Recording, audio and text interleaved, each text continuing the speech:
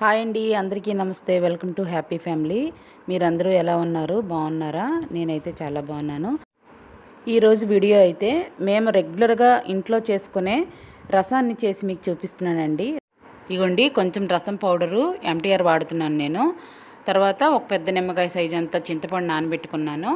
తర్వాత చిన్న సైజు టమాటాలు 5 తీసుకున్నానండి. పెద్దవి అయితే 3 చాలు. అలాగే 4-5 పచ్చిమిరపకాయలు చీల్చి పెట్టుకోవాలి. తర్వాత ఇలాగ రెబ్బలతోనే కరివేపాకు వేయాలి.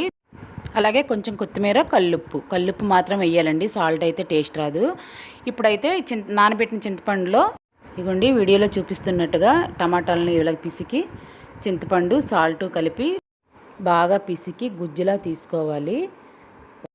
ఈ టమాటాలు ఈ చింతపండులోకి కల్లుప్పు ఎందుకు వేస్తామంటే మనం పిసికేటప్పుడు మెత్తగా అయ్యి మనకు బాగా గుజ్జు వస్తుందండి.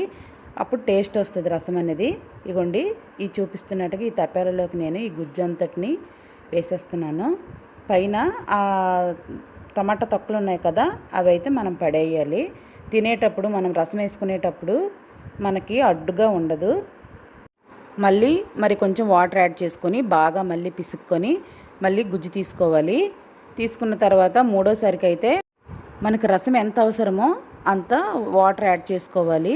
మరీ ఎక్కువ వాటర్ యాడ్ చేయకండి, చప్పగా అయిపోద్ది. ఇగోండి చీల్చి పెట్టుకుని పచ్చిమిరపకాయలు అందులో వేసుకోవాలి. తర్వాత కల్లుప్పు వేస్తున్నాను. తర్వాత కాడలతో కరివేపాకు, కొత్తిమీరను కూడా యాడ్ చేసుకోవాలి. తర్వాత స్పూను పసుపు వేస్తున్నానండి. కారం అయితే యాడ్ చేయకూడదు. ఆల్రెడీ మనం పచ్చిమిరపకాయలు వేసుకున్నాం కదా, ఆ కారం అయితే రసంకి సరిపోతుంది. ఇప్పుడు అంతా కలిసేటట్టుగా గరిటతో ఇలా మిక్స్ చేసుకోవాలండి. మిక్స్ చేసుకొని స్టవ్ మీద పెట్టి బాగా మరిగించుకోవాలి మనం.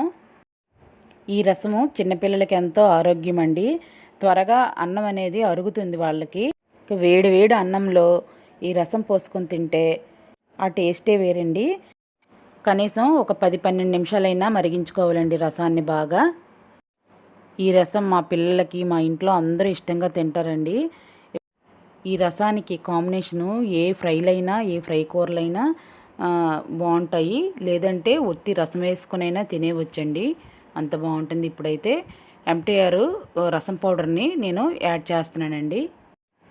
ఈ పౌడర్ ఎక్కువ వేయకూడదు, మీ రసం క్వాంటిటీని బట్టి వేసుకోవాలి. నేనైతే కొంచెం ఎక్కువగా పెట్టాను కాబట్టి చిన్న గరిటెతో వేస్తున్నాను. మీరు కొంచెం అయితే 1 స్పూన్నర అలాగైతే సరిపోతుందండి. రసం పొడిని యాడ్ చేసిన తర్వాత బాగా కలుపుకొని మళ్ళీ మరొక 10 నిమిషాలు ఇలాగా మరిగించుకోవాలండి. ఉప్పు సరిపోయిందా లేదని చూసుకుంటున్నాను, మీరు చూసుకోండి. రసం అయితే బాగా తెరలగా ఆగిపోయిందండి. ఇగోండి వేరే గిన్నెలోకి నేను ట్రాన్స్ఫర్ చేస్తాను. ఇప్పుడు తాలింపు వేసుకోవాలి రసాన్ని. తాలింపు కోసం అయితే కొంచెం ఆవాలు, కొంచెం ధనియాలు, కొంచెం జీలకర్ర, కొంచెం ఎండుమిరపకాయలు, 4-5 వెల్లుల్లి రెబ్బలు, కరివేపాకండి. ఇవే తాలింపుకి అవసరమైనవి. ఇగోండి సరిపడా ఆయిల్ వేసి పోపులన్నీ వేసి తిరగమాత వేస్తున్నాను రసాన్ని. ఇంతేనండి, రసం అయితే తయారైపోయింది. నోటికి ఎంతో కమ్మగా ఉండే ఈ రసం చాలా చాలా బాగుంటుంది. మీరు ట్రై చేసి నాకు కామెంట్ చేయండి, లైక్ చేయండి, షేర్ చేయండి. నా ఛానల్ అయితే సబ్స్క్రైబ్ చేయడం మర్చిపోకండి. చాలా బాగుంటుందండి. మీరు తప్పక కామెంట్ చేయండి మీకైతే ఎలా వచ్చిందో.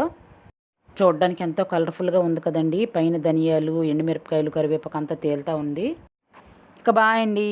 Thank you.